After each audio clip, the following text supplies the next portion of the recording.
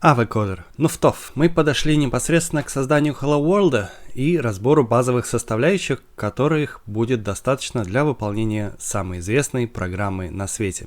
Наверняка ты когда-нибудь слышал про эпичный Public Static Void Main, один только вид которого пугает начинающих кодеров или джаверов и разворачивает их в сторону питона или JavaScript. Так вот, этот метод есть не что иное, как точка входа в программу, и именно благодаря ему и осуществляется ее запуск. Так же, как и в любом класс-файле, может быть только один класс, помеченный public, с именем, совпадающим с именем файла, в Java-программе должна быть такая вот точка входа, дающая компилятору понять, с чего начинается программа. Исключение может быть только когда ты используешь, скажем, фреймворк, и он все это берет на себя. Ты также можешь запилить сколько угодно этих main методов, причем с совершенно разными аргументами, но именно метод с аргументом в виде массива стрингов будет считаться Java компилятором точкой входа в программу. Методы с иными аргументами будут просто методами. Хотя все же есть возможность написать и main метод несколькими разными способами. Например, переставить квадратные скобки массива или заменить их на троеточие, обозначающее var-args, или поменять static на final или synchronized, но в рамках этого курса давай все же изучать канон и основы. Прочее будет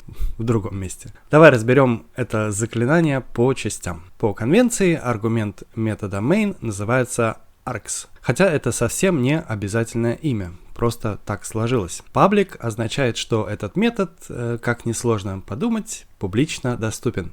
И про модификаторы доступа у нас будет отдельная тема немного попозже. Static мы будем разбирать этот концепт позже на этом курсе, но пока просто прими, что это означает примерно следующее. Метод main принадлежит классу целиком, и нам не обязательно создавать экземпляр класса, дабы инстанцировать этот метод. Это также будет иметь значение, когда мы запустим нашу программу, и Java не будет создавать объект класса, содержащего входную точку нашей программы, а вместо этого JVM направится сразу к main методу. И это возможно только потому, что мы обозначили наш метод main как статический. Далее, возвращаемый тип, а именно его отсутствие. Void немного отличает Java от других языков, где главный метод для запуска программы возвращает операционной системе число, которое обозначает, запустилась ли программа успешно или нет. В частности, 0 будет означать успех, а другое число обозначает вид проблемки. В этом плане Java отличается, потому как не всегда перерывает и завершает процесс выполнения, если запуск не удался. Особенно, если это программа с применением тредов или так называемых потоков. И она продолжает выполнение уже после того, как сам метод main завершился. А для случаев, когда нам нужно контролировать, какой код программа сообщит операционной системе при выходе, в Java есть отдельный метод system_exit_stat. Удобно. Main метод должен называться main, и тут вообще без вариантов, вплоть до того, что он должен быть написан с маленькой буквы. Итак, попробуем наше чудо запустить. И тут у нас также есть выбор. Мы можем воспользоваться нашей чудесной ID-шечкой, ее функциональчиком в виде кнопочки и командочки, или суровым дедовским способом, а именно запуск из консоли. Так как Java-программа, как ты помнишь, работает внутри JVM, то для начала нам нужно будет ее скомпилировать. Для этого набираем java-c и имя файла с расширением Java. Сам запуск осуществляется при помощи следующей конструкции.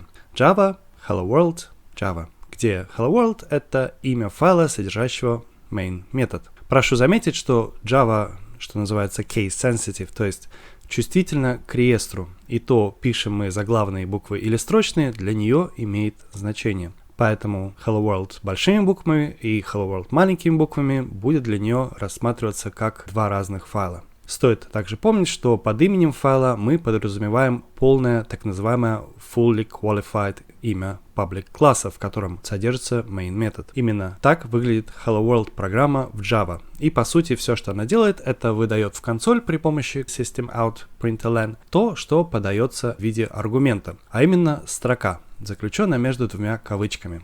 Hello World. Но мы также можем подать любые другие аргументы, например, строчку авокадо или число 42. Или еще лучше, мы можем заставить программу выводить в консоль то, что мы подаем в качестве аргументов при запуске программы. Как ты помнишь, main метод не только точка входа в нашу программу и будет использоваться для ее запуска. Этот метод также принимает на вход массив из строк. Соответственно, если я изменю программу и попрошу system.out.println выводить те самые args, только мне надо указать, что это не просто args, а первый элемент массива. После этого я могу сохранить программу, перекомпилировать при помощи команды javac и запустить при помощи команды java.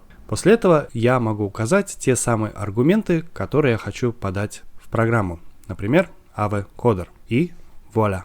Ну что ж, далее нас ждет небольшая практика, очень простое упражнение, чтобы просто усвоить урок и чтобы увидеть, как на этом курсе будет выстроена связь теория-практика. Так что не забудь поставить императорский палец вверх, подписаться на канал и ударить в колокол. Это был Ви, до встречи!